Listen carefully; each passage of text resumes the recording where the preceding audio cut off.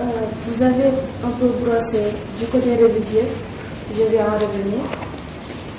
La religion est l'un des principaux boucliers des hommes pour maintenir la femme sous son tutelle. Que pensez-vous de cela? Alors,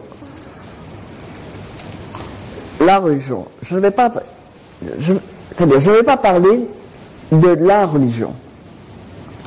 La religion ne m'importe que si elle fait pression sur ces normes et ces législations sur le corps des femmes et sur le corps des individus.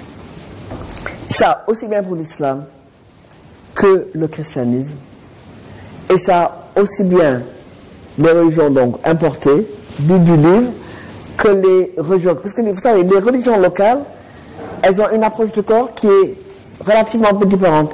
Elles n'ont pas plus de liberté aux femmes, hein, mais elles ont une approche différente. Mais le problème qui est posé, le culturel, au même titre que le religieux, au même titre que le politique, ont un contrôle sur le corps des femmes.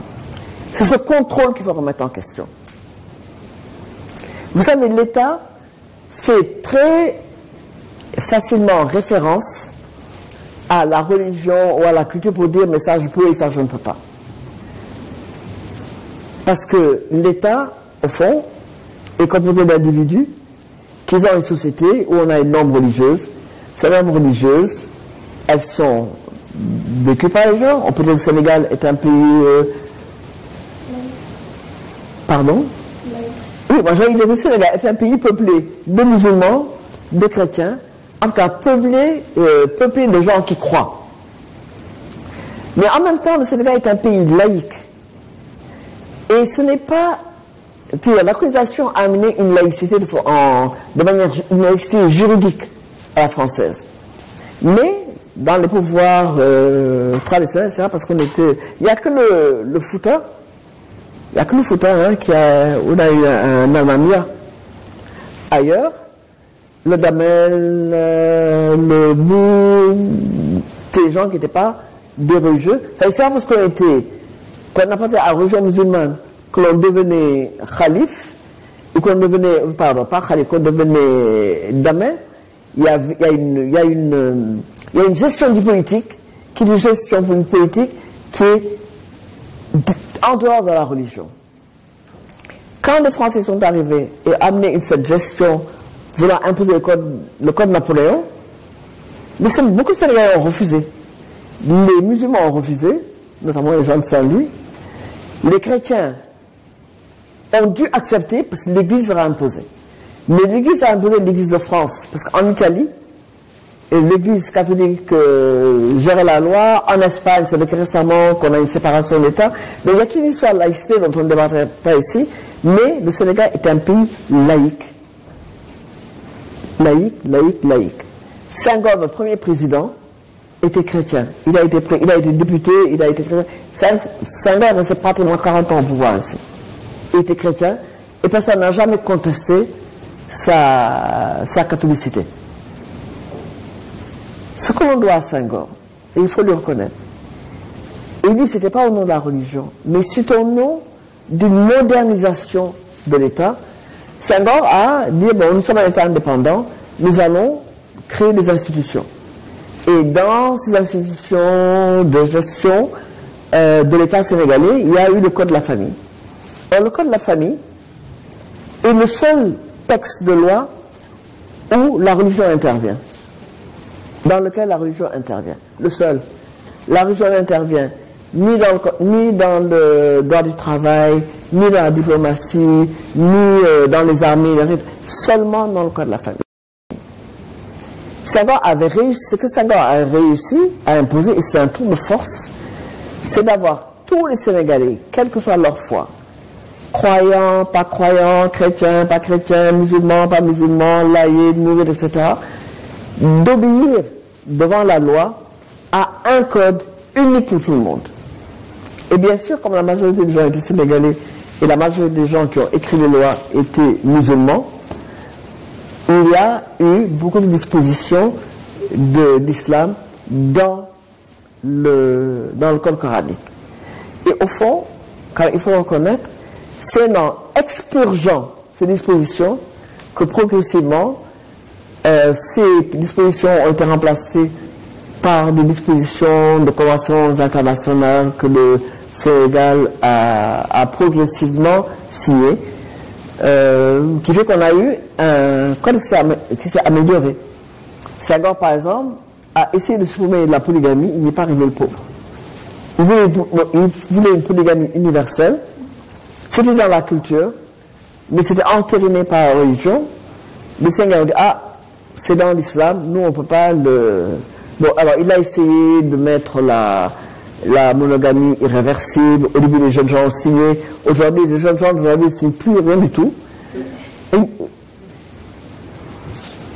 Peut-être qu'ici, il a polygamie, ici, il n'y a rien du tout.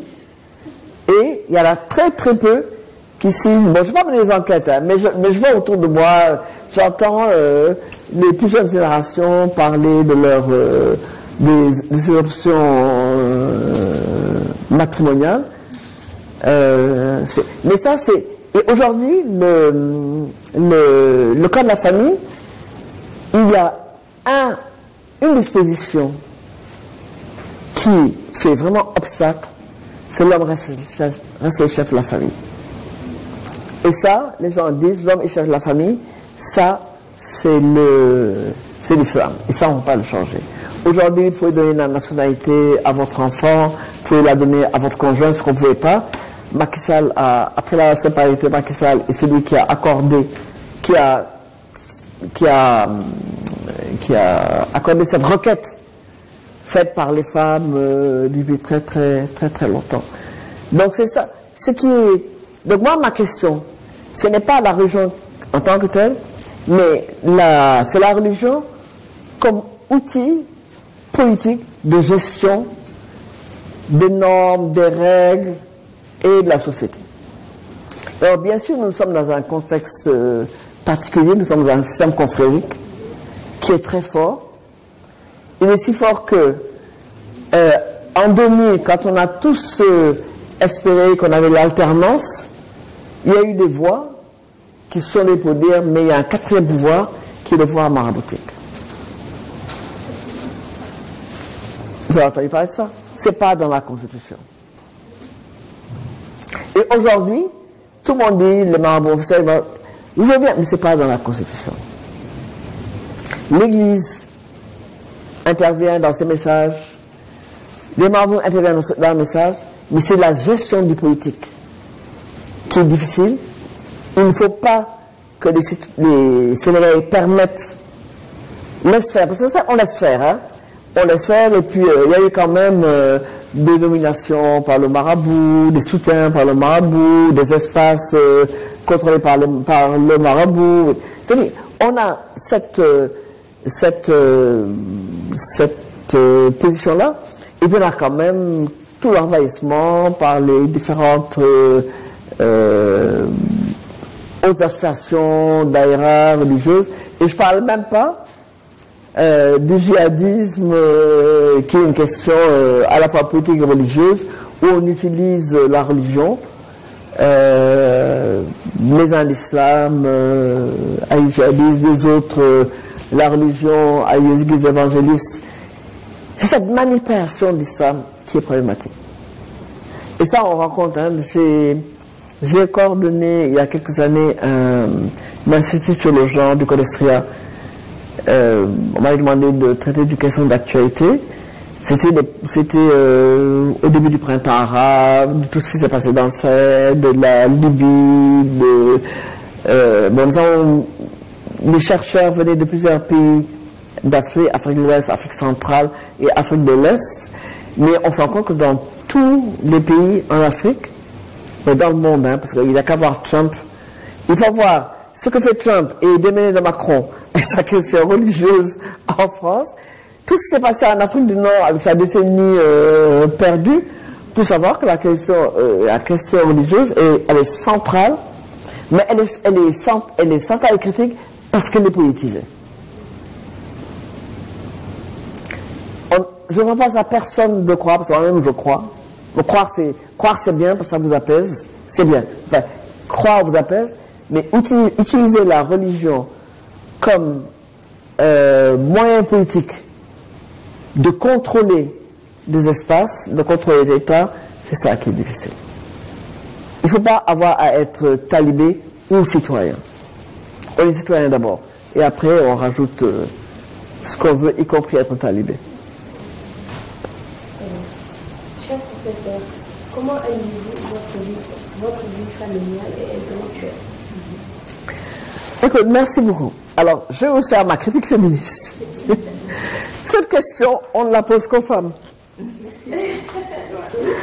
On ne la pose qu'aux femmes. Vous savez, Angela Merkel, je ne sais pas Angela Merkel, hein, mais Angela Merkel va partir bientôt, là, parce qu'elle va quitter le pouvoir, il y aura des élections. Et à Angela Merkel, il y a eu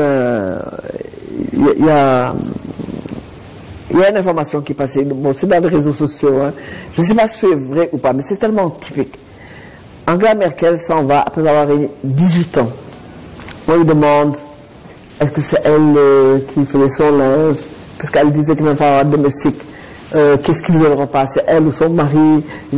Et quand il a posé telle question sur sa vie domestique, elle dit, ah bon, moi je pensais que vous alliez m'interroger sur le taux de croissance de l'Allemagne, sur l'industrialisation, sur la gestion de la Covid, etc.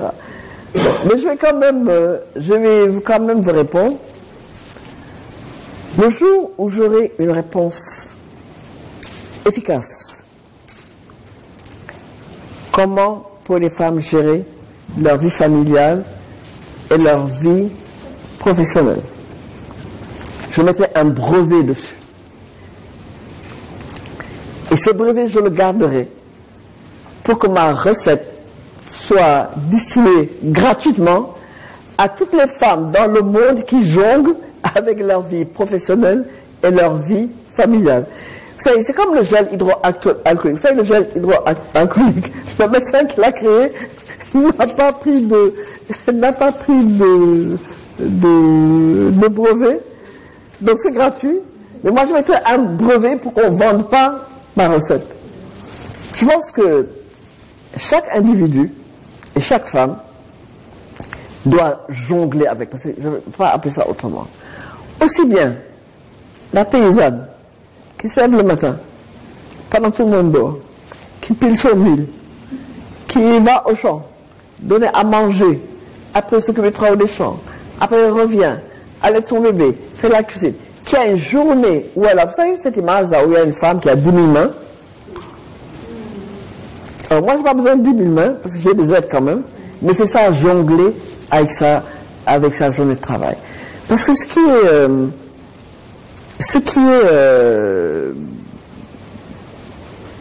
difficile à gérer, c'est que vous êtes attendu en tout. Sa vie familiale, avoir des enfants, les porter, les élever, toute la société attend que vous remplissiez ce rôle-là. Dire à un enfant, si je veux, quand je veux, avec qui je veux, c'est à peine dissible. C'est à peine dissible. Parce qu'avoir un enfant, c'est le porter, c'est l'accoucher, donner à manger, et au fond le gérer jusqu'à la fin de sa vie. Parce que on a cette, et là, je vais la plus loin quand même, on a cette manière africaine de sacraliser la maternité à double tranchant. C'est-à-dire, au fond, on est femme que si on est mère. On est femme que quand on devient mère. Alors j'ai une amie qui me disait, oui, mais si on n'a pas d'enfant, on est yaï. Sinon après, on est yaï ami, yaï penda, yaï fatou. On a la maman de tout le monde. Mais cette sacralisation autour c'est à double tranchant. C'est-à-dire qu'on nous inculque très jeune cette idéologie de la maternité. Parce que la maternité, c'est là que l'homme se reproduit. L'homme reproduit la vie à travers le corps des femmes. Et c'est à ce niveau-là qu'il contrôle le corps des femmes. Alors je sais bien que j'ai des collègues, dont un certain juge qui est un de mes amis, qui trouve que mon approche est féministe, parce qu'il disait, au fond, les femmes sont à l'origine de tout. Oui, nous sommes à l'origine de tout parce que c'est dans notre ventre et notre utérus que ça se passe. C'est là que se passent les programmes de population, croissance, décroissance de la population. C'est dans notre ventre que ça se passe. Donc ça, c'est dans cet ordre des normes qui sont des normes portées à la limite de la sacralisation. Mais si, en faisant ça, vous gardez ce statut sacré, c'est difficile de le sacré. En fait, rien du tout. Parce que si vous décidez de ne pas faire d'enfant, soit ils obligent, soit il va prendre une autre femme. Quand vous n'en avez pas, il lui est permis d'aller prendre une autre femme. Mais vous, quand vous ne pouvez pas, quand lui ne veut pas en avoir, c'est quelque chose qui ne se discute pas. Bon, il y a des arrangements dans certaines régions, je ne reviendrai pas à ce détail-là, mais c'est ça la première question. La deuxième question, de l'enfantement arrive l'obligation d'aller chercher le haut puits, d'aller chercher le bois, de faire la cuisine. Quel est le lien entre, en dehors de 2005, quel est le lien entre faire la cuisine, aller chercher le puits et le corps des femmes? Bon, je sais bien que de grands auteurs ont écrit que les tâches naturelles des femmes. Il n'y a rien qui soit naturel. Ce qui est naturel, c'est de porter l'enfant et de le mettre au monde. Tout le reste est socialement construit. Donc, on s'attend de vous que ces tâches-là, vous ne pouvez pas ne pas les faire. Alors, si aujourd'hui, alors les femmes qui faisaient les femmes qui travaillaient dans les champs, c'est les femmes qui s'organisent autour. Les grandes conversantes, c'est autour des femmes que ça s'organise. Vous avez une femme qui vous remplace dans des tâches productives, reproductives, pour que vous puissiez faire votre commerce, votre artisanat. On le sait ça. On le sait ça. Et la carrière professionnelle, alors, deux niveaux, vous avez posé la question à deux niveaux. Intellectuel. Nous nous sommes battus pour dire que nous aussi nous étions des intellectuels. C'était pas évident. J'ai une collègue sociologue du Swaziland qui a fait un truc qui, oui, nous femmes avons une tête, avons un esprit et nous avons des ménages qui fonctionnent. Nous sommes des intellectuels. Déjà, je vais expliquer que nous faisons aussi l'histoire. Vous savez, dans l'histoire générale de l'Afrique, qui a 8 volumes, on a beaucoup parlé des femmes, parce qu'elles sont là, elles sont dans l'agriculture, elles sont dans l'artisanat, elles sont dans énormément de choses. Mais la manière dont les auteurs les ont présentés, ils les ont présentés que dans leurs tâches féminines. Et Ali Mazrui, qui était l'un des directeurs, un Tanzanien, qui est un des directeurs de collection, disait: mais nous n'avons pas fait la place aux femmes. Nous n'avons décrit des femmes que comme acteurs. Mais quand les femmes menaient des actions à la fois politiques, nous avons dit ils, ou bien les populations, sans remettre en valeur. Pierre Zélézard, qui est du Malawi, qui est un historien également, participant à cette belle collection, faisait la même remarque. Et cette remarque-là, au fond, j'ai dû réaliser parce que l'histoire générale m'a demandé, dans un volume qui va apparaître bientôt, de faire un chapitre sur le féminisme en Afrique. Parce que le féminisme en Afrique, le mot ne figure pas dans les 8 tomes. Dans les 8 tomes d'histoire générale, l'histoire des femmes, leur bataille,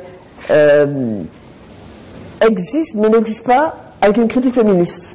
Sauf dans quelques textes, avec Catherine Coquille-Vidovich notamment, etc.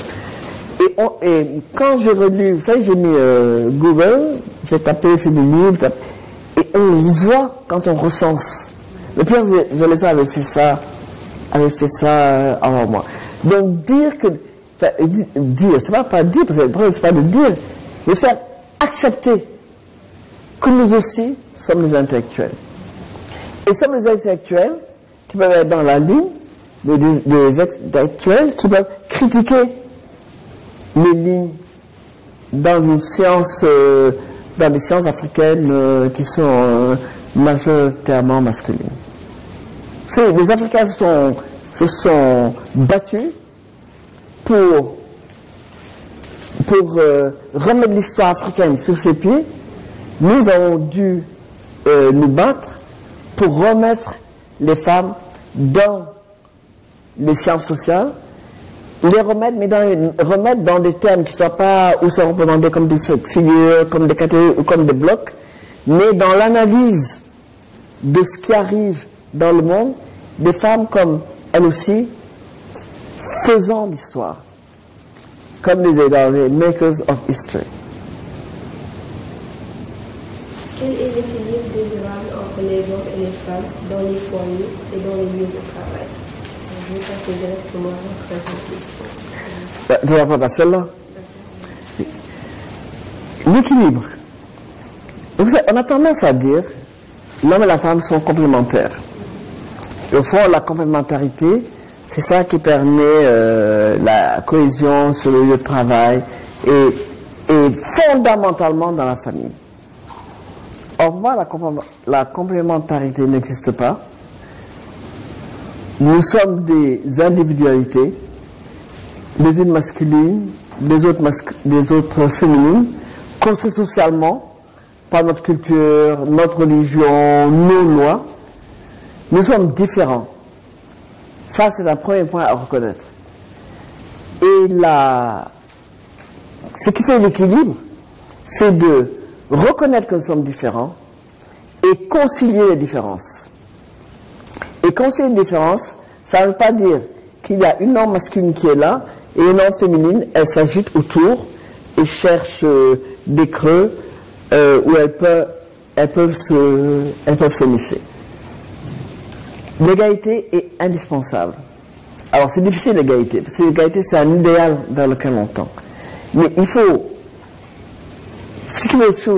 pour le quoi il faut se battre, c'est d'abolir les normes qui entérinent, approuvent, hiérarchisent des inégalités. Or, nos sociétés sont une société inégalitaire entre les sexes, classes et autres. Et nous avons comme Africains nos inégalités spécifiques, d'âge, de caste, d'appartenance ethnique, donc toutes ces inégalités combinées, plus l'égalité entre les sexes, c'est une obligation pour qu'on ait des relations. Elles ne vont pas arriver dans un bureau et dire, voilà, je suis une femme, il y a 50 hommes qui sont là, il faut que je trouve un équilibre. Il n'y aura pas d'équilibre. Mais on a un équilibre si on a un cadre politique, syndical, éducationnel, qui crée des conditions d'accès à cette égalité. Vous savez, dans les rapports du travail, alors je parle des femmes, hein, parce que c'est ça, au fond, il a été très longtemps établi que le droit de cuissage, c'est le terme, était un droit. Et un droit masculin. Et un droit masculin. Que le viol était un droit masculin. Alors on me dit toujours, mais oui, mais il y a des femmes qui violent les petits garçons, mais le viol de toute façon est une inégalité et est inacceptable. De la même manière que les différenciations que l'on a dans cette hiérarchisation où la secrétaire apporte son patron, le patron apporte le patron qui est au-dessus, et où, en fin de journée, quand vous tombez sur le planton, qui est énervé d'avoir reçu des ordres de tout le monde, vous dit, Vous savez, moi, je suis une femme comme vous que j'ai laissée à la maison.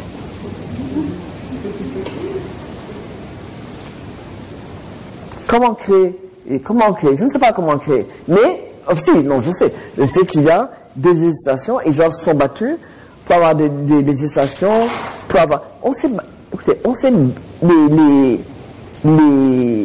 Sénégalais ici, et je dis ça à professeur Gassama dans ce séminaire, quand les hommes sont battus à l'époque coloniale pour arriver à des postes administratifs, quand une fois après l'indépendance, on a eu plein d'assistants techniques français, ils sont battus pour arriver à leur poste.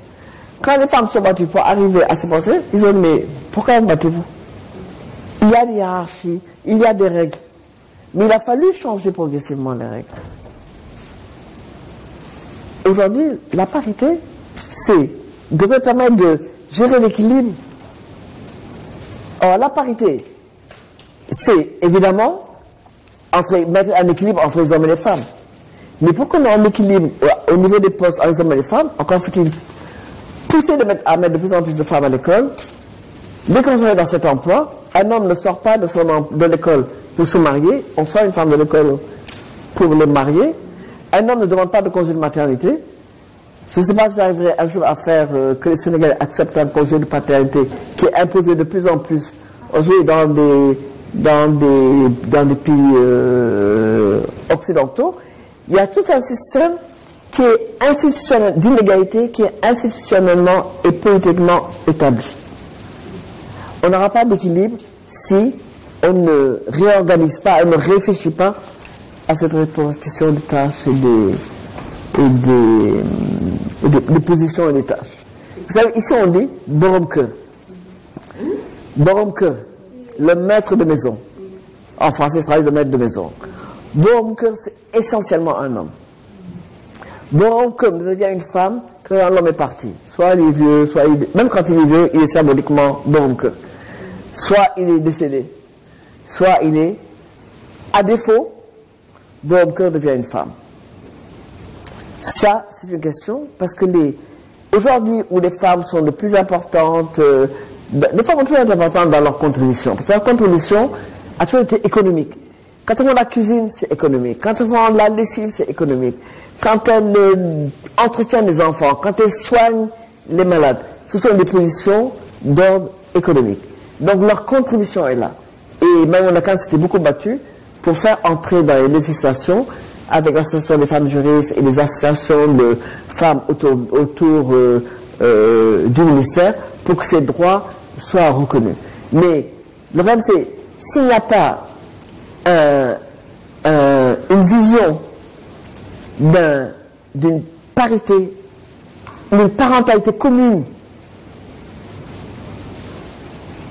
alors on a des déséquilibres avec toutes les complexités liées à la vie quotidienne. Être féministe et l'assumer demande beaucoup de courage dans une société comme la nôtre. Absolument. Comment l'avez-vous vécu et quel message lancez-vous aux jeunes femmes? Il faut garder beaucoup d'audace,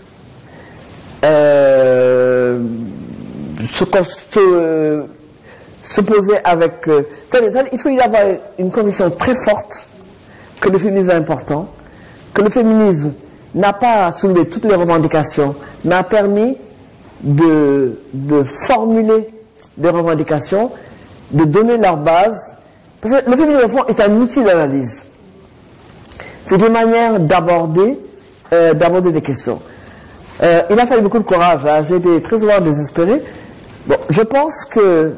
Enfin, je me suis resté. Parce que moi, j'ai grandi dans une famille où nous étions essentiellement des filles. Et mon père nous a toujours dit, soyez forte. Si vous n'êtes pas forte, vous serez toujours dépendante de votre mari. Et ça, très jeune. Donc, ça, plus toutes les expériences de lutte autour des droits des femmes, de la recherche autour des droits des femmes, ma participation à divers réseaux dans le monde, dans les pays du Sud, comme nous disons, fait qu'il faut le faire. Mais il faut beaucoup de courage et ne pas désespérer.